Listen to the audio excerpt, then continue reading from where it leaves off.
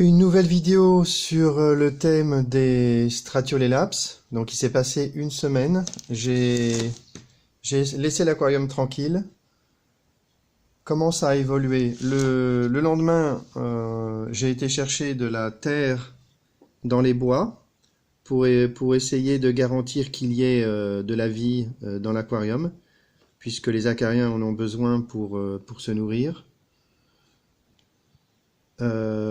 Au départ, je voulais rajouter du compost, mais on m'a fait remarquer que dans le compost du commerce, et c'est entre guillemets propre, il n'y a pas d'insectes vivants à l'intérieur. Donc je me suis rabattu sur le bois qui est derrière chez moi, j'ai ramassé un peu de terre et des feuilles, et j'ai mis au fond de l'aquarium. J'ai continué d'observer la buée pour voir s'il y avait des traces d'escargots, entre guillemets, et très rapidement, il y en a eu presque plus. Donc là, il y en a encore quelques-uns, mais quasiment plus. Donc là, j'en suis au point où je ne sais pas s'il y a encore des Skimitus dans l'aquarium. Je ne sais pas combien il y en a et je n'en vois pas du tout à l'œil nu. Donc il faudrait que je l'ouvre, que je ramasse un petit peu de terre et que je le mette sous le microscope que j'ai là. Mais j'ai déjà essayé et voir les acariens avec un microscope, c'est absolument pas commode. Il faudrait peut-être une loupe binoculaire pour que ce soit plus pratique. Donc, euh, mes réflexions sur le Stratio sont les suivantes. Si j'avais fait la procédure naturelle, c'est-à-dire de saupoudrer les acariens en dessous de la ruche dans de la terre, ou alors sur le plancher de la ruche avec de la terre, avec du compost ou de la terre, aujourd'hui je serais dans cette situation où je n'aurais aucune idée de ce qui se passe. L'idée de faire des contrôles, d'aller prendre de la terre et regarder avec un microscope, j'y crois pas une seconde. C'est absolument pas réaliste. Donc en gros, je serais dans l'incertitude totale et là je serais en train de dire, bon bah on va attendre de voir s'il y a encore des varrois dans la ruche, on va faire des prélèvements réguliers et à la fin ce genre de méthode, ce genre de solution, ça va marcher surtout mais en recarburant à la méthode Coué, pas du tout en faisant des vérifications rationnelles.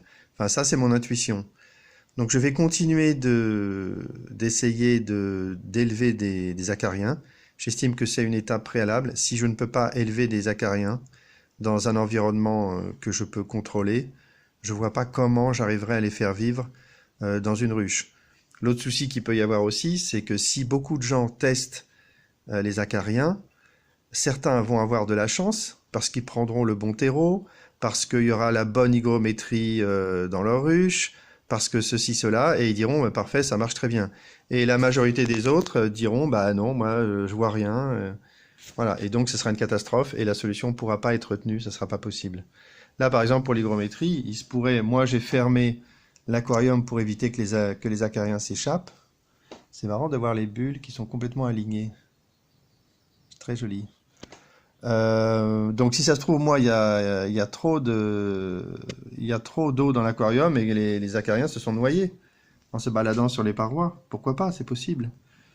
Donc je vais voir si je trouve quelqu'un qui peut m'aider à élever les Stratiolelaps de façon sûre, fiable et répétable.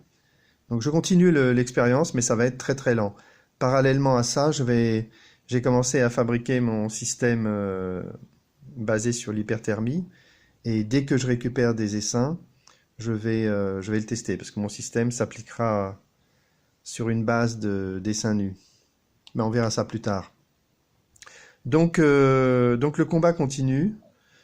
J'ai été chercher un essaim avec Ludovic l'autre jour, ça s'est bien passé, on l'a récupéré, on l'a mis dans sa ruche, donc c'est très bien. C'est le premier qui récupère un essaim cette saison là dans notre groupe. J'ai reçu de l'acide oxalique. Alors je me suis rendu compte que moi je savais pas qu'on pouvait appliquer un traitement d'acide oxalique sur un essaim nu, sur un essaim avec reine récupéré d'un essaimage. Je savais pas qu'on pouvait faire ça, je l'avais jamais vu dans les forums. Et là, dans le forum Apiculture France, quelqu'un l'a signalé, et même en estimant que c'était c'était obligatoire de le faire, c'était vraiment trop absurde de ne pas en profiter. Et j'ai été convaincu, donc j'ai acheté l'acide oxalique et j'appliquerai la méthode par dégouttement, qui est vraiment en plus très simple. On fait un sirop 50-50, ça veut dire 50% de sucre et 50% d'eau. On met une certaine quantité d'acide oxalique qui se présente sous forme de poudre ou de comment ça s'appelle, des cristaux. Et puis on fait ce mélange et puis on a une seringue et on injecte entre les cadres quelques millilitres du sirop et les abeilles sont nettoyées grâce à ça. Enfin, c'est très simple à faire et vraiment ça vaut le coup de le faire. Le résultat, c'est 95% ou 98% de nettoyage de tous les parasites. Donc c'est carrément génial, il faut reconnaître. Donc ça, je vais commencer à le faire systématiquement. Donc, terminé pour les Stratiolella. Je continue l'effort d'essayer de les élever. Je ne les mets évidemment pas dans la ruche, ça n'a aucun intérêt pour l'instant. Et donc, je ferai une nouvelle vidéo dans une semaine. Et probablement que dans une semaine, j'ouvrirai l'aquarium. J'essaierai de récupérer un peu de terre. Ah, donc, j'ai une autre idée aussi. C'est d'utiliser des bocaux et de répartir. C'est la prochaine fois, si je dois racheter des acariens, je les répartirai dans plusieurs bocaux pour donner plus de chances d'avoir du succès. Et donc, le premier test que je ferai la semaine prochaine, ce sera de prendre un peu de terre de cet aquarium, de le mettre dans un bocal et de regarder si je fais sortir les acariens pour voir s'ils sont encore vivants. Ça serait une bonne surprise. Allez, je pense que j'ai terminé. Fin de la vidéo.